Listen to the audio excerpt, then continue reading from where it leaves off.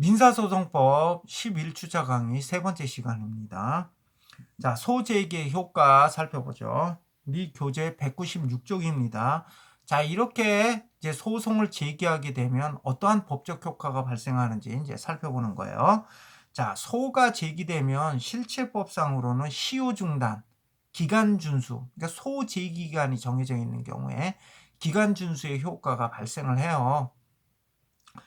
우리가 이제 여러분들이 민법 총칙 시간에 이제 소멸시효에 대해서 공부를 했죠. 이때 소멸시효 중단 사유 중에 가장 대표적인 게 재판상 청구가 있잖아요. 그래서 소멸시효라는 게 뭐야? 권리 위에 잠자는 자는 보호하지 않는다는 거 아니에요. 그죠? 그럼 이때 재판상 청구는 가장 확실한 권리 행사 방법이죠. 그래서 재판상 청구가 가장 대표적인 소멸시효 중단 사유가 되고요. 이 중에 이제 소송을 제기하는 거, 이게 제일 확실한 거죠. 그래서 소송을 제기하게 되면 실체법상으로는 시효 중단, 기간 준수의 효과가 발생을 하고, 그 다음에 소송법적으로는 소송 계속의 효과, 아까 법원 원고 피고 간의 어떤 소송 법률 관계가 형성이 된다 그랬죠. 이런 소송 계속의 효과, 그러니까 이 소송이 어떤 판결 절차에 어떤 특정 청구가 판결 절차에 걸려 있는 상태, 계속 중인 상태를 이제 소송 계속이라고 해요. 이런 소송 계속의 효과가 발생한다. 그럼 먼저 실체법상 소제기를 하게 되면 이제 실체법상 시효 중단, 기간 준수의 효과가 발생하는데, 이런 실체법상의 효과에 대해서는 사실은 우리 민사소송법에서는 이게 그렇게 다룰 일은 아니에요. 근데 내가 지금 우리 민사소송법에서 실체법상 효과에 대해서 좀 자세히 다루고 있어요. 이건 이제 여러분들한테 이해를 돕기 위해서 이렇게 한 건데, 이건 사실 여러분들이 어디서 배워야 되는 거냐면 민법 총칙 시간에 배우는 거죠. 이건 민법 총칙 시간에 소멸시효 중단 사유인 재판상 청구에 대해서 배우는 거고, 민사소송법에서는 실체법상 효과에 대해서는 그렇게 심도 있게 다루지 않고요. 소송 계속의 효과, 소송법적 효과만 소송법적 효과에 대해서 이제 주로 다루죠. 근데 난 이제 여러분들한테 다시 한번 공부해 보라고 이렇게 자세히 쓴 거예요. 그래서 중요한 부분만 이렇게 간단하게 살펴보면서 넘어갈게요. 자, 실체법상 시효 중단, 기간 준수의 효과를 한번 보세요. 그러니까 소송을 제기하게 되면 실체법상으로는 이런 시효 중단의 효과가 발생한다. 근데 이렇게 시효 중단 사유가 되는 소송의 형식에는 이행소송뿐만 아니라 확인소송, 형성소송을 제기한 경우에도 이런 소멸시효 중단의 효과가 발생한다. 행정소송을 제기한 경우에는 이건 사법상 권리를 행사한 게 아니기 때문에 원칙적으로 소멸시효 중단의 효과가 발생하지는 않아요. 그런데 197쪽 맨 위에 줄에 보시면 과세 처분의 취소나 무효 확인을 구하는 소송을 제기한 경우에는 이건 실질적으로 민사소송인 채무부존재 확인소송과 유사하기 때문에 과언합금에 대한 부당이득 반환 청구에 대한 소멸시효 중단 사유가 된다. 이게 무슨 말이냐 하면, 예를 들어서 무슨 소득세라든지 법인세 부과 처분이 있었어요. 자, 이런 경우에 예를 들어서 소득세 1억 원 소득세 부과 처분이 있었다고 칩시다. 1억 원 소득세 부과 처분이 있었는데 이 소득세 부과 처분에 대해서 내가 이제 다투려고 해요. 그래서 이 소득세 부과 처분에 대한 취소를 구하는 소송, 또는 소득세 부과 처분의 무효 확인을 구하는 소송, 이건 행정소송 중에 항고소송이죠. 이 소송을 제기하려고 하는 경우에 그냥 무턱대고 제기하는 게 아니고요. 우리가 대부분은 이런 경우 일단 소득세로 부과된 1억 원을 납부하고 난 다음에 소송을 제기해요. 만약에 이 1억 원을 납부하지 않으면 체납 처분을 당할 수가 있어요. 체납 처분, 행정상 강제 징수죠.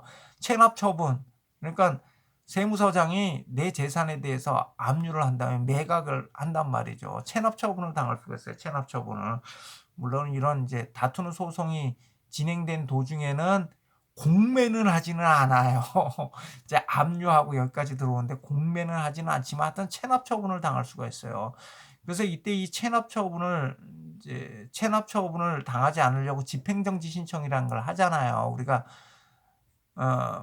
그 행정 처분에 대해서 집행정지 행정처분의 효력을 다투는 항고소송을 제기할 때 집행정지 신청을 해서 행정처분의 효력을 일단 정지시켜 놓고 소송을 하는데, 이 과세처분에 대한 집행정지 신청을 하면 우리 법원은 과세처분의 경우에는 집행정지 신청을 거의 받아주지를 않아요.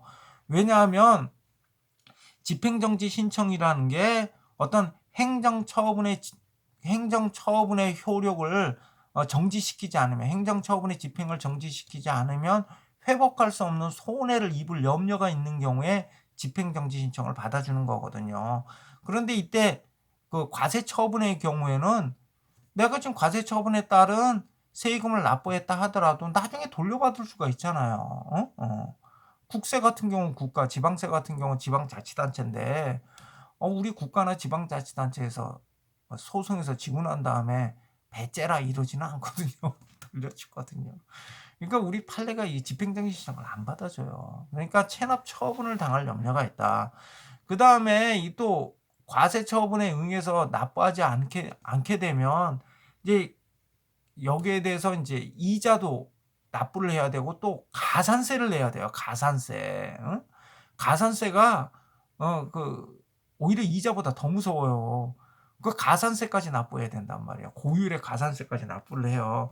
그러다 보니까 세금을 내놓고 소송을 한단 말이야. 그러니까 소득세 1억 원 부가처분이 있으면 1억 원을 납부하고 난 다음에 소득세 부가처분의 취소를 구하는 소송을 제기해서 취소 판결이 내려지면 이제 돌려받는 거죠. 돌려받는 거죠. 그때 뭐 그 이자, 지연이자까지 같이 해서 이제 돌려받게 되죠. 이런 식으로 한단 말이에요. 그래서 이 과세처분 취소 소송을 제기하는 경우, 과세처분이 취소되면 내가 부당이득 반환 채권을 갖잖아요. 내가 이미 납부한 세금에 대한 부당이득 반환 채권을 갖잖아. 그러니까 과세처분 취소 소송을 제기하면 행정소송이잖아요. 근데 과세처분 취소 소송이라는 행정소송을 제기했는데 이때에도 그 부당이득 반환 채권, 내가 납부한 세금, 이게 과운합금이에요. 과운합 세금에 대한 부당이득 반환 채권의 소멸시효 중단 사유가 된다는 거예요. 적극적으로 소를 제기한 경우뿐만 아니라 피고로서 응소하면서 적극적으로 다툰 경우에도 소멸시효 중단 사유가 돼요. 그러니까 적극적으로 원고가 돼서 소를 제기한 경우뿐만 아니라 소극적으로 피고가 피고로서 응소하면서 적극적으로 다툰 경우에도 소멸시효 중단 사유가 된다. 물론 나중에 패소한 경우에는 시효 중단의 효과가 발생하지는 않겠지만요. 그 다음에 또 권리자가 직접 의무자를 상대로 한 경우에 이와 같은 효과가, 소멸시효 중단의 효과가 발생을 해요. 그래서 예를 들어서 우리 여기 이제 197쪽 맨 밑에 줄에 이제 쭉 나와 있는데요. 한번 우리 교과서를 한번 보죠. 197쪽 밑에서 위로 한 세 번째 줄 보면, 자, 두 번째 줄이네. 저당권 설정 등기 청구 소송. 저당권 설정 등기 청구 소송을 제기한 경우 그 피담보 채권의 소멸시효 중단 사유가 돼요. 저당권 설정 등기 청구 소송의 제기는 피담보 채권 소멸시효 중단 사유가 되는데, 물상 보증인이 제기한 198쪽 맨 위에 줄 한번 보죠. 물상 보증인이 제기한 저당권 설정 등기의 말소를 구하는 소송에서 이제 저당권자가 피고죠. 저당권자가 피고인데 응소하면서 적극적으로 다툰 경우에 피담보 채권의 소멸시효 중단 사유가 되느냐. 그러니까 물상 보증인은 뭐예요? 예를 들어서 물상 보증인은 채무자는 아니죠. 채무자는 아닌데 그 자신 소유의 부동산을 담보로 제공한 사람이죠. 예를 들어서 내가 국민은행으로부터 돈을 빌렸어요. 근데 나는 부동산이 없어. 그래서 내 동생한테, 야, 내가 급한 일이 있어서 돈을 빌려야 되는데 국민은행에서 부동산을 담보로 요구하는데 내가 부동산이 없잖아. 그러니까 야, 네 집 좀 담보로 제공해줘. 그래서 착한 내 동생이 자신의 집을 담보로 제공을 했어요. 근데 그럼 채무자는 누구예요? 채무자는 나지. 내가 국민은행에서 돈 빌린 사람은 나고 내 동생은 뭐가 되고 물상 보증인이 되는 거야. 물상 보증인이. 그래서 내 동생 물상 보증인이 국민은행을 상대로 야, 이 저당권 말소해라 이런 소송을 제기를 했어요. 이때 국민은행이 이제 응소하면서 적극적으로 다퉜어. 피담보 채무가 아직 소멸되지 않았다. 피담보 채권은 지금 살아있다. 나 지금 내가 빌려준 돈 받지 못했기 때문에 나는 저당권 설정 등기를 갖다 말소할 의무가 없다. 이렇게 열심히 다투고 있단 말이죠. 그럼 이때 이 피담보 채권의 소멸시효 중단 사유가 되냐 이거예요. 안 된다 이거예요.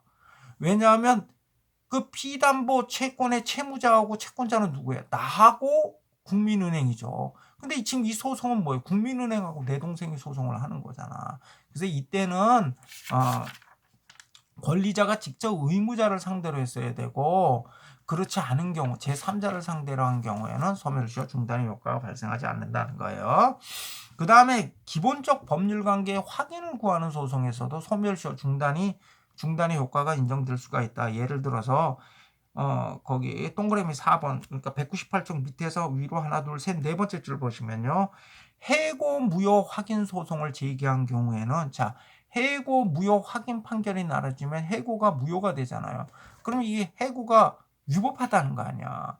그럼 내가 지금 만약에 이 해고를 당하지 않았으면 내가 임금을 받았을 거 아니에요. 그럼 내가 임금 상당의 손해를 본 거 아니에요. 그럼 이때 해고 무효 확인 소송을 제기한 경우에는 그 고용관계에서 파생하는 임금 채권의 소멸시효 중단 사유가 된다는 거예요. 해고 무효 확인 소송의 제기는 그 해고가 무효인 경우는 내가 임금을 받을 수 있잖아요. 그래서 임금 채권에 대한 시효 중단 사유가 된다. 근데 199쪽에 맨 위에 줄 보면요, 요거 좀 약간 재밌는 판례인데요. 자, 원인 채권의 지급을 위해서 어음이 수수된 경우, 예를 들어 가지고 무슨 공사대금을 지급을 해야 되는데 현금이 아니라 어음으로 지급을 한 경우에요. 자, 이때 원인 채권에 기한 청구를 한 것만으로는 어음 채권의 소멸시효가 중단되지 못하다. 어음상 권리의 소멸시효 기간은 굉장히 단기죠. 그러면 이제 내가 이제 공사대금 쪽으로 어음을 교부한 경우에 이때 공사대금 지급을 구하는 소송을 제기했다고 어음상 지급 청구권의 소멸시효가 중단되지는 않는다는 거예요. 그런데 어음상 지급 청구권을 행사한 경우에는 원인관계상 채권의 소멸시효 중단 사유는 된다는 거예요. 재밌는 판례죠, 그죠? 그러니까 우리 판례는, 자, 어음금 지급 청구를 한 경우에는 그 원인관계에 기한 공사대금 채권의 소멸시효 중단 사유가 돼요. 근데 그 역은 성립하지 않는다는 거예요. 그러니까 원인관계인 공사대금 지급 청구를 했다고 어음상 지급 청구에 대한 소멸시효 중단 사유가 되지는 않는다는 거예요. 자, 이 소멸시효 중단의 효과가 미치는 범위는 소송물로 주장한 권리관계에 한해서만 소멸시효 중단의 효력이 미친다. 그래서 200쪽 두 번째 단락 한번 보세요. 200쪽 두 번째 단락 한번 보시면, 소송상 일부 청구를 함에 있어서 일부 청구임을 명시한 경우에는 그 명시한 일부만 소송물이 되고, 그리고 소멸시효 중단의 효력도 그 명시한 일부에 대해서만 소멸시효 중단의 효력이 발생한다. 자, 소송법상 소송 계속의 효과. 아까 실체법상으로는 소멸시효 중단의 효과가 발생하고, 소송법상으로는 소송 계속의 효과가 발생한다 그랬어요. 자, 이때 소송 계속이란 특정한 청구에 대해서 법원의 판결 절차가 현실적으로 존재하는 상태를 말해요. 자, 200쪽 두 번째 단락 보세요. 소송 계속이 발생하면 어떠한 효과가 발생하냐면 소송 참가를 할 수 있어요. 타인 간에 계속된 소송에 제3자가 참가하는 게 이게 소송 참가예요. 소송 참가의 구체적인 유형에 대해서는 우리가 2학기 때 저기 공동소송 그쪽 부분에 가서 우리가 살펴볼 거예요. 당사자로서 참가하는 게 있고, 원고 또는 피고의 보조자로서 참가하는 게 있어요. 그래서 당사자 참가, 보조 참가, 크게 이제 두 가지 유형으로 나눠볼 수 있는데, 이 소송 참가는 뭐예요? 타인 간에 계속된 소송이 참가하는 거예요. 소송 참가를 하려면 타인 간의 소송이 계속돼 있어야 된다는 거죠. 그 다음에 소송 고지, 이렇게 소송 계속이 된 경우에 그런 소송 계속 사실을 고지하는 게 이게 소송 고지예요. 그 다음에 관련 청구의 재판적, 관련 청구 따라서 관할권이 인정된다 그랬잖아. 따라서 이렇게 소송이 계속이 되면 그 계속된 소송과 병합된 청구에 대해서는 따라서 관할권이 인정된다는 거예요. 그리고 이런 관련 재판적은 주관적 소송에서도 똑같이 인정이 되잖아, 그지? 그래서 공동 피고, 공동피고 중에 한 사람에 대해서 관할권이 인정되면 다른 공동피고도 원래는 거기에는 관할권이 인정이 안 됐는데 따라서 관할권이 인정된다. 이게 관련재판적이라고 그랬잖아. 관련재판적도 이렇게 소송 계속이 된 경우 계속된 청구와 관련 청구에 대해서 이제 관련재판적이 인정이 된다. 그 다음에 중복제소가 금지된다. 중복제소. 그러니까 소송이 계속된 사건과 동일한 사건에 대해서 다시 중복해서 소제기하는 게 금지된다. 이 소송 계속의 효과 중에 제일 중요한 게 이제 중복제소 금지예요. 나머지는 이제 관련된 부분에서 우리가 쭉 살펴볼 거고요. 그래서 우리가 여기서 이제 중복제소 금지에 대해서는 잠시 후에 좀 자세히 살펴볼 거예요. 자, 효과의 발생 시기 한번 보죠. 자, 소송 계속의 효과는 언제 발생하죠? 소장 부본이 피고에게 송달된 때죠. 그러니까 소장 부본이 피고에게 송달되면 법원, 원고, 피고 간의 이런 삼각 소송 법률 관계가 형성이 되죠. 그래서 소송 계속의 효과가 발생하는 시기는 피고에게 소장 부본이 송달된 때예요. 그러면 실체법상 시효 중단의 효과가 발생하는 시기는 언젠가요? 이때도 피고에게 소장 부본이 송달된 때인가요? 아니에요. 이때는 우리 그 민사소송법에서 명문의 규정으로 소를 제기한 때 시효 중단의 효과가 발생하는 것으로 규정하고 있어요. 이때 소를 제기한 때란 원고가 소장을 법원에 제출한 때예요. 그러니까 원고가 소장을 법원에 제출한 때 소멸시효 중단의 효과가 발생한다. 그러니까 소제기에 따른 실체법상 효과, 소송법적 효과가 발생하는 시기가 달라요. 이거 헷갈리면 안 돼요. 달라요.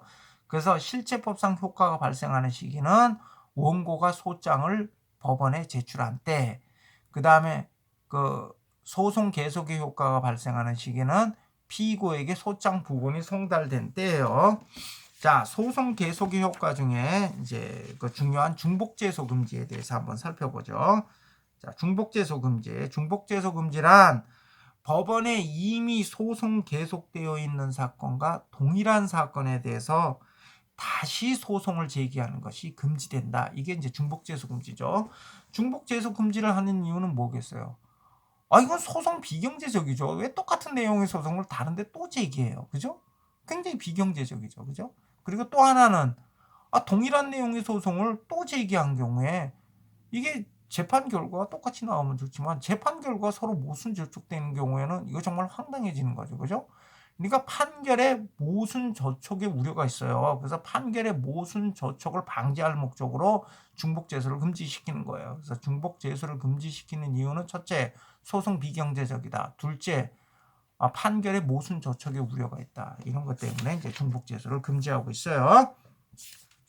자, 중복제소 금지의 요건을 한번 보자. 첫째, 사건이 동일해야겠죠. 그죠? 첫째, 사건이 동일할 것. 그 다음에 두 번째 요건은 205쪽에 있는데요. 전소의 소송 계속 중에 후소가 제기될 것. 이런 요건이 충족이 되면 이제 중복제소에 해당이 되고, 이렇게 중복제소에 해당이 되면 나중에 제기된 소송 있잖아요. 후소는 부적법해져요. 부적법해진다. 그래서 부적법 각하된다 이 얘기죠. 그래서 먼저 사건이 동일할 것 한번 보죠. 사건이 동일할 것. 자, 사건이 동일하다는 건 뭐예요? 당사자가 동일하고 소송물이 동일하죠. 그러니까 당사자가 동일하고 소송물이 동일하면 이제 사건이 동일해지는 거예요. 그래서 먼저 당사자가 동일하다. 전소와 후소의 당사자가 동일한 경우에는 당사자가 동일한 거죠. 이때는 뭐 전소와 후소의 당사자가 원고 피고가 바뀌어도 상관없어요. 그런데 여기서 이제 당사자 동일과 관련해서 논란이 되는 게 뭐냐 하면 전소와 후소의 당사자가 형식적으로는 달라요. 형식적으로는 달라. 형식적으로는 다른데 후소의 당사자가 전소 판결의 효력을 받는 관계에 있어. 그러면 이때는 당사자가 동일한 것으로 봐요. 다시 한번 얘기할게요. 전소와 후소의 당사자가 형식적으로 다르다 하더라도 후소의 당사자가 전소 판결의 효력을 받는 관계에 있으면 이때는 동일한 당사자로 봐요. 그래서 예를 들어서 202쪽 당사자 동일 두 번째 단락 보시면요. 자, 채권자 대위 소송을 제기를 했어요. 이 채권자 대위 소송에서 원고는 누구죠? 채권자죠. 피고는 제3채무자죠. 채권자 대위 소송이 어떻게 되는지 알죠? 그러니까 채무자가 채권자, 그러니까 채권자가 채무자에 대해서 예를 들어서 채권자가 채무자에 대해서 무슨 공사대금 채권을 가지고 있어요. 공사대금 채권을 가지고 있는데 이 채무자에게 별다른 재산이 없어요. 근데 채무자가 보니까 제3 채무자한테 대여금 채권을 가지고 있어. 근데 이 채무자가 제3 채무자에 대해 갖고 있는 대여금 채권을 행사를 하지 않아. 어차피 행사해서 변제받아봐야 채권자들이라서 다 가져가거든. 그러니까 채무자가 제3 채무자에 대해서 대여금 채권을 가지고 있는데 이걸 행사를 안 해. 채무자는 별다른 재산이 없어. 그래서 소멸시효가 완성될 쯤에 이르렀어. 그러면 이제 똥줄 타는 사람은 누구예요? 채권자지. 채권자지. 이때 채권자가 자신의 채권을 보존하기 위해서 채무자의 권리를 대신 행사하는 거예요. 이게 채권자 대위권이죠. 그러니까 이때 이 채권자가 채무자가 갖는 대여금 채권을 가지고 대여금의 지급을 구하는 소송을 제기한단 말이야. 이때 원고는 누구예요? 채권자죠. 채권자. 그 다음에 피고는 누구예요? 제3 채무자죠. 이렇게 해서 채권자가 채권자 대위소송을 제기를 했어요. 대여금의 지급을 구하는 대위소송을 제기를 했는데 그 다음에 채무자가 똑같은 내용의 대여금의 지급을 구하는 소를 제기를 했어요. 자, 이 경우 소송물 똑같죠. 대여금의 지급을 구하는 거잖아. 근데 당사자는 보세요. 피고는 제3채무자 똑같아요. 근데 원고는 전소는 채권자고 후소는 채무자잖아. 그 형식적으로는 다르죠. 그런데 앞선 채권자 대위 소송의 판결 효력은 채무자한테 미치잖아요. 그렇잖아. 채무자한테 미치잖아. 그럼 이때 후소는 형식적으로는 원고가 다르지만 앞선 판결의 효력을 미치는 관계이기 때문에 이 경우에는 당사자가 동일한 걸로 봐요. 그래서 뭐예요? 중복재소에 해당하는 것으로 봐요. 따라서 이때는 나중에 채무자가 제기한 소송은 중복재소에 해당돼서 부적법 각하돼요. 채권자 대위소송 계속 중에 같은 채무자의 다른 채권자가 똑같은 채권자 대위소송을 제기한 경우에도 이때 그 다른 채권자에 대해서도 앞선 채권자 대위소송의 판결의 효력이 미치는 관계에 있어요. 그래서 이때도 중복재소에 해당이 된다. 근데 문제는 뭐냐면요. 채무자가 제3채무자를 상대로 대여금의 지급을 구하는 소송을 제기했어요. 자신의 어떤 채권을 행사해서 대여금의 지급을 구하는 소송을 제기했는데 후소로 채권자가 채권자 대위소송을 제기한 경우 이때 이게 제기된 후소가 이게 중복재소에 해당이 되느냐 이 문제가 되는 거죠. 근데 여기에 대해서 우리 판례는 중복재소에 해당이 돼서 부적법 각하해야 된다 이렇게 판시한 판례도 있고요. 또 어떤 판례는 내가 보기에는 이 판례가 더 옳다고 봐요. 이론적으로. 자, 채권자 대위권은 어떤 경우에 행사할 수 있는 거죠? 채무자가 자신의 권리를 행사하지 않을 때 대신 행사하는 거죠. 근데 이때 채무자가 지금 자신의 권리를 행사했잖아. 제3채무자에 대해 갖는 대여금 채권을 지금 행사를 했잖아요. 그럼 뭐예요? 채권자는 채권자 대위권을 행사할 수 없죠. 채권자 대위권을 행사할 수 없는데 채권자 대위권에 의해서 소송을 제기했으면 뭐예요? 당사자 적격이 흠결된 경우죠. 당사자 적격이. 일반적인 이행 소송에서 당사자 적격의 문제는 주장 자체로 판가름 나지만 제3자의 소송 담당에서는 아니잖아요. 제3자의 소송 담당에서는 이 소송 수행권이 있는지 여부는 이건 당사자 적격의 문제가 되는 거죠. 그러니까 이때는 당사자 적격 흠결을 이유로 부적법 각하하는 게 나는 옳다고 생각을 해요.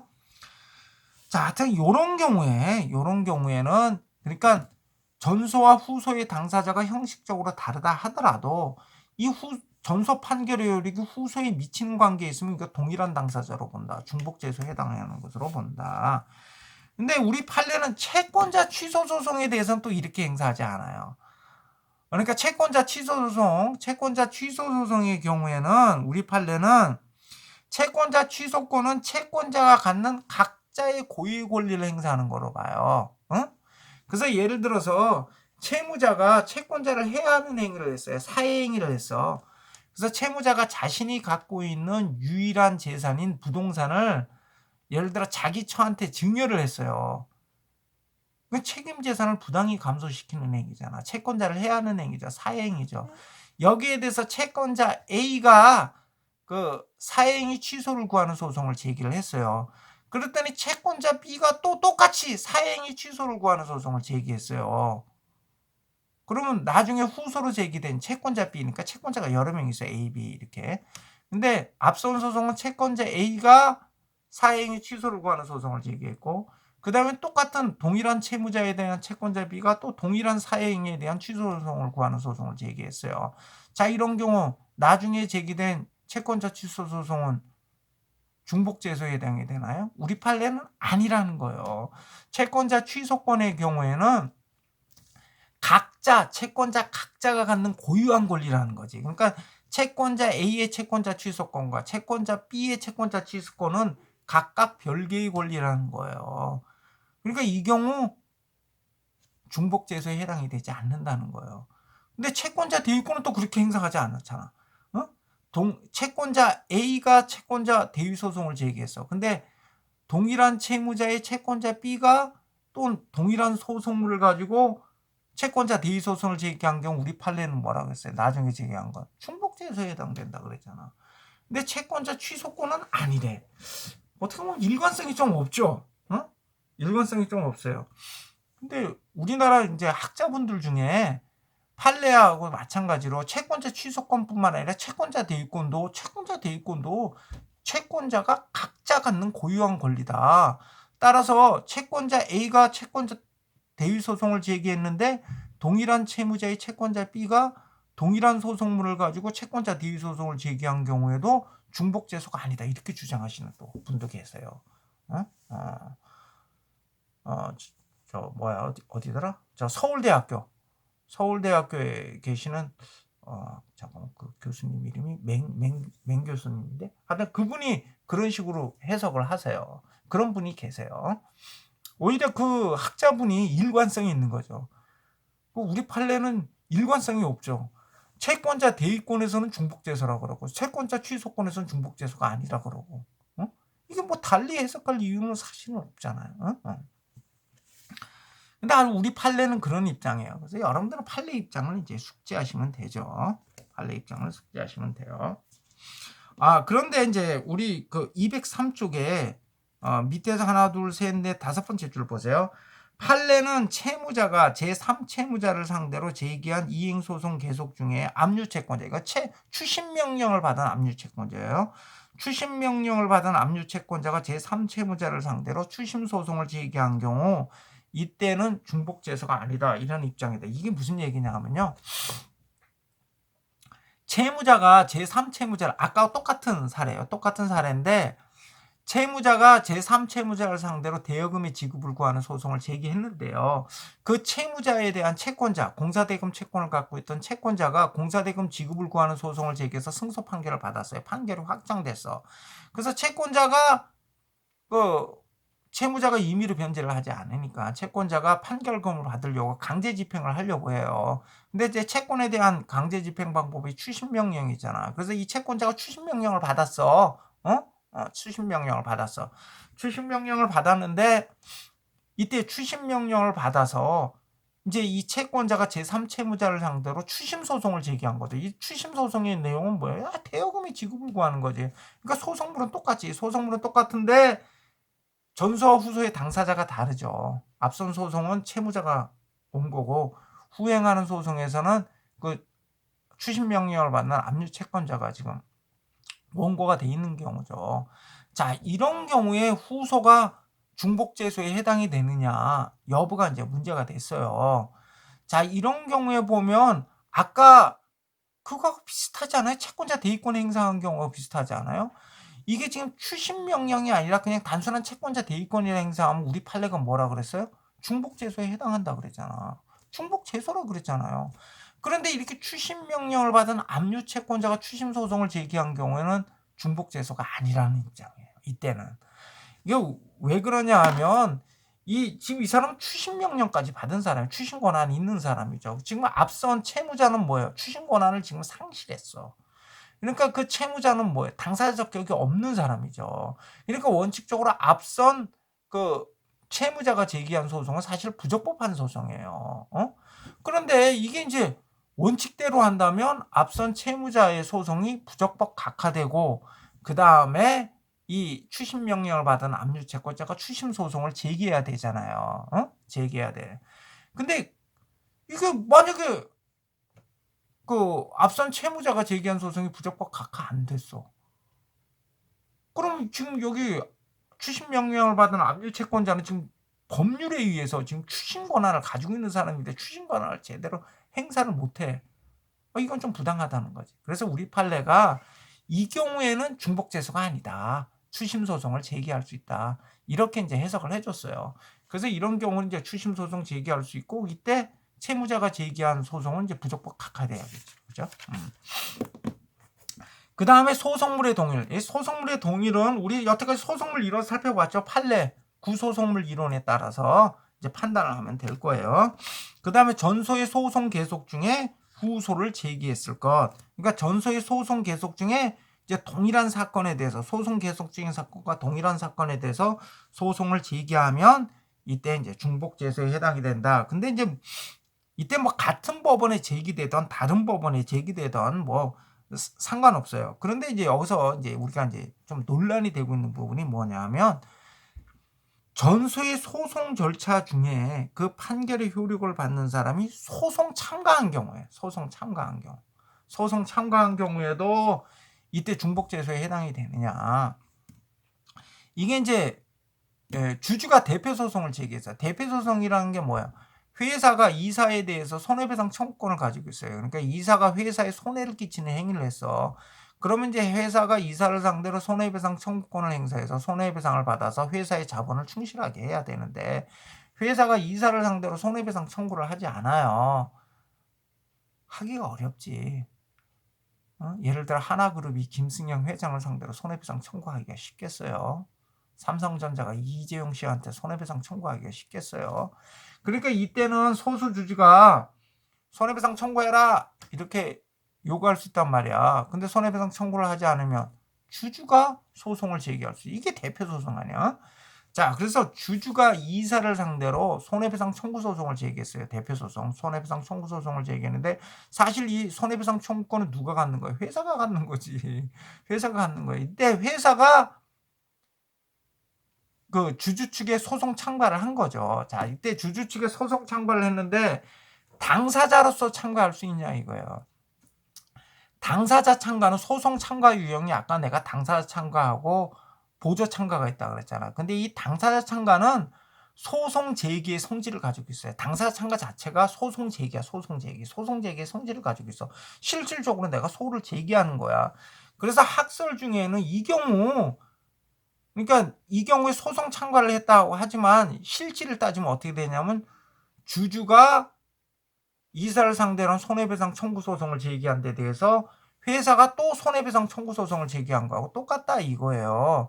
그럼 이때 이 회사가 당사자로서 소송을 참가하게 되면 이거는 이사를 상대로 다시 후소로서 손해배상 청구 소송을 제기한 게 되고 이거는 앞선 판결의 효력을 받는 관계에 있기 때문에 중복재소에 해당돼서 이 회사는 당사자로서 소송 참가는 할 수 없다. 보조자로서 소송 참가만 할 수 있다. 이런 이제 학설이 있어요. 근데 우리 판례는 당사자 참가가 허용된다. 이때 중복재소가 아니다. 이런 입장인데 나는 판례 입장을 지지해요. 왜냐하면 우리가 형식적으로 보면 중복재소에 해당될 수 있어요. 왜냐하면 당사자로서 소송에 참가하는 건 소를 제기하는 것과 똑같거든. 그러니까 이건 사실상 회사가 이사를 상대로 손해배상 청구 소송을 후소로 제기한 거랑 똑같아요. 그런데 자, 이 경우에는 우리가 중복재소를 금지하는 이유는 뭐예요? 중복재소를 금지하는 이유는 소송 비경제적이다. 판결에 모순 저촉의 우려가 있다는 건데 이렇게 당사자로서 소송 참가하는 경우에는 그런 우려가 없어요. 지금 한 개의 소송 절차에서 같이 재판을 받으니까 소송 비경제적이지도 않아요. 그리고 판결이 모순 저촉될 우려가 없어요. 하나의 판결로 정리가 되니까 모순 저촉될 우려가 전혀 없어요. 그래서 이런 경우에는 중복재소에 해당된다고 봐서는 안 된다는 게 내 입장이에요. 그 판례 입장도 마찬가지고. 그러니까 전소 소송 계속 중에 동일한 사건에 대해서 후소가 제기되면 중복재소에 해당이 되는데 앞선 소송 절차에 소송 참가하는 경우에는 예외를 인정해서 이 경우에는 중복재소가 아니다. 이렇게 보는 것이 옳다는 거죠. 그리고 이제 그 205쪽 맨 밑에 부분 보면 전소와 후소의 판결 기준은 아까 뭐라 그랬어요? 후소가 중복재소에 해당되는 거야. 후소가 중복재소에 해당돼서 부적법 각하되는 거죠. 그럼 이때 전소와 후소는 뭘 기준으로 해서 전소가 되고 후소가 되느냐? 소재기 시점이 아니에요. 피고에게 소장 분본이 송달된 시점이에요. 이거 변호사 시험 문제에도 나왔어. 그리고 아마 법원식 공무원 시험 문제도 한번 나왔을걸요. 그러니까 그 사례가 어떻게 됐냐면 앞선 소송에 소장을 먼저 제출했어요. 그러니까 예를 들어 똑같은 사건인데 대전지방법원에 소장을 제출하고 난 다음에 서울중앙지방법원에 소장을 제출했어요. 그런데 어떻게 소장 부분이 이상하게 나중에 소장을 제출한 서울중앙지방법원에 낸 소장 부분이 피고에게 먼저 송달됐어. 그러니까 지금 소장은 대전지방법원에 먼저 냈는데 피고에게 소장 부분은 서울중앙지방법원에 낸 소장 부분이 먼저 송달됐어. 그럼 이때 어떤 게 후소예요? 소장을 먼저 제출한 대전지방법원에 제기된 소송이 후소가 되는 거예요. 그러니까 중복제소에서 전소 후소는 피고에게 소장 부분이 송달된 시점을 기준으로 판단한다. 그리고 이때 후소가 중복제소에 해당돼서 부적법 각하된다. 이 얘기예요. 부적법 각하된다. 그래서 효과 부분 보면 중복제소는 소극적 소송 요건이다. 따라서 중복제소에 해당되면 후소가 부적법 각하된다. 예, 여기까지 해가지고 우리가 이제 소송의 제기에 대해서 살펴봤고요. 다음 주차 강의서부터는 변론을 살펴볼게요. 우리가 지금 이제 12주, 13주, 14주 이렇게 3회에 걸쳐서 변론에 대해서 살펴보면 변론 부분에 대해서는 강의가 끝날 수 있을 것 같아요. 그리고 마지막 15주차 때는 우리가 이제 평가를 하게 되고요. 시험을 보게 되고요. 그래서 아마 1학기 수업은 이 변론까지 진행될 것 같고요. 이제 증거서부터 2학기 수업이 진행될 것 같아요. 예, 오늘은 여기까지 하고요. 다음 주차 강의 때 변론으로 찾아뵙도록 하겠습니다. 예, 수고 많으셨습니다.